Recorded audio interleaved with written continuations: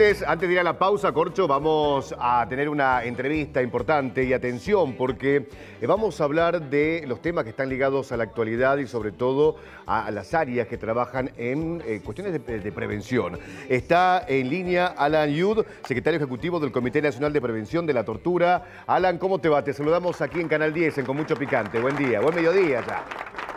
¿Qué tal? Buen mediodía.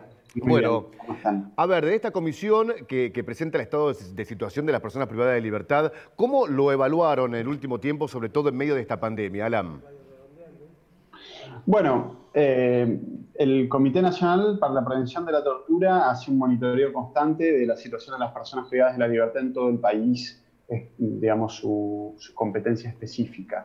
Y desde que estamos viviendo esta pandemia, comenzamos a seguir con mucho énfasis qué pasaba en las cárceles, comisarías, en otros lugares de encierro, justamente con el coronavirus, ¿no? Porque el riesgo del contagio ahí es muy grande, digamos, de que se propague en caso de que el virus ingrese en los lugares de detención, porque obviamente las personas que están privadas de la libertad, como todos sabemos, en nuestro país en general están en condiciones muy poco dignas, con sobrepoblación, donde el distanciamiento social, que es la principal recomendación para evitar la propagación del virus, es prácticamente imposible de llevar a cabo.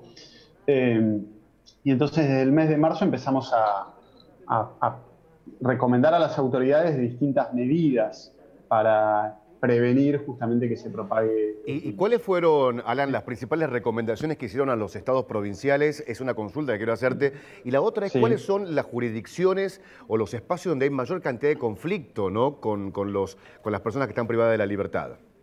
Bien, las recomendaciones en general fueron, por un lado, tratar de evitar el contacto físico directo entre el personal que ingresa y egresa, digamos, del establecimiento, es decir, que el personal penitenciario con las personas privadas de la libertad, y fundamentalmente tratar de reducir esa sobrepoblación, entonces que las personas que están cumpliendo penas por delitos leves, las mujeres embarazadas, mujeres con hijos, ciertos casos digamos, donde falta poco para el cumplimiento de la pena, que se puedan tomar medidas alternativas a la prisión, por un lado, digamos, como la prisión domiciliaria y demás. Y por otro lado, bueno, fundamentalmente la provisión de elementos de higiene, de elementos de desinfección. También algo sobre lo que hicimos mucho énfasis es en muchas jurisdicciones, en casi todo el país diría, se suspendieron las visitas de los familiares de las personas privadas de la libertad y las salidas transitorias. Entonces lo que solicitamos es que eso fuera de alguna manera compensado con otros mecanismos, que se monten sistemas de videoconferencia, que se permitan la utilización de teléfonos celulares, que no todas las provincias lo permiten, ese tipo de medidas. Y esas medidas también, algunas han sido problemáticas para la policía. Bueno, acá en Tucumán el caso de un hombre que estaba en el penal por estar acusado de violación, vivía al lado de la casa de la víctima. Entonces, qué complejo y qué paradójico, qué contradictorio a la vez, ¿no, Alan? Sí, por supuesto. Nuestra recomendación justamente va sobre los delitos leves, no sobre los delitos graves. Incluso están los casos de los responsables de crímenes de lesa humanidad y ahí remarcamos que el estándar internacional es que tiene que haber un control adicional específico. Esos casos también son para mirarlos con prudencia. Este tipo de cuestiones, digamos, los jueces deben atenderlas, por eso las resoluciones deben ser caso a caso, mirando las particularidades, y no se han promovido medidas, por así decirlo, generales o indiscriminadas, como de alguna manera se trató de presentar, y que no solo nosotros no lo promovimos, sino que tampoco sucedió. Claro. Alan, ¿y cuáles son las jurisdicciones que tienen mayor conflicto con el tema del COVID-19 y la que han presentado también algunas salidas transitorias de detenidos, de los alojados en las cárceles, y en este caso que han tenido este tipo de conflictos, como el que mencionabas recién? No, las jurisdicciones donde se registraron más casos son, digamos, se reproduce un poco lo que sucede en el medio libre. La jurisdicción de la provincia de Buenos Aires y de la ciudad de Buenos Aires, tanto con las personas que están privadas de libertad a disposición de la justicia provincial, como en los casos, digamos, de detenidos federales. Después hubo episodios graves en jurisdicciones como Corrientes,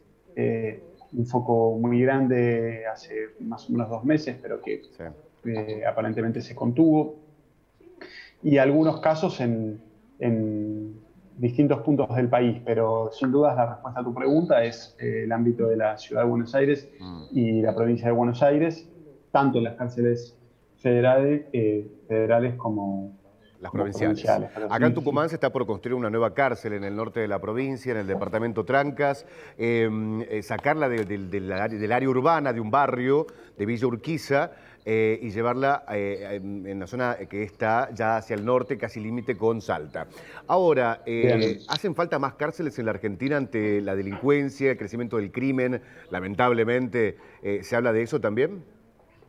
Bueno, casualmente estamos presentando en estos días un informe al Congreso donde hacemos un análisis detallado de cómo viene creciendo la cantidad de personas privadas de la libertad en nuestro país, diría de manera exponencial en los últimos 15 años. El crecimiento fue muy pronunciado entre el 2016 y el 2018. Se registra un incremento del 30% de personas privadas de la libertad solo en 3 años, es muchísimo.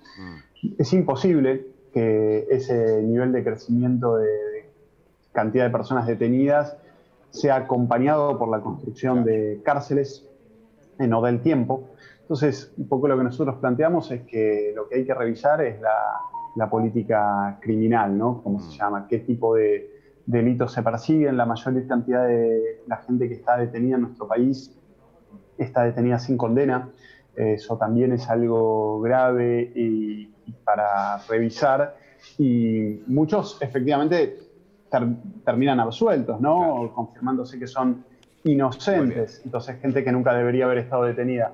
Y te agrego, en ese caso se viene registrando también un incremento muy grande de detenciones por delitos leves, con penas menores a 3 años, que muchas veces está asociado a, digamos, a sistemas de justicia rápida y demás, y casos vinculados a tenencia de estupefacientes. Entonces eso ayudaría a revisar esas políticas, ayudaría a descomprimir mucho más las cárceles que crear nuevas cárceles. Perfecto. Alan, te agradecemos por este tiempo, te mandamos un fuerte abrazo, cuídate mucho, por favor, y gracias por la entrevista.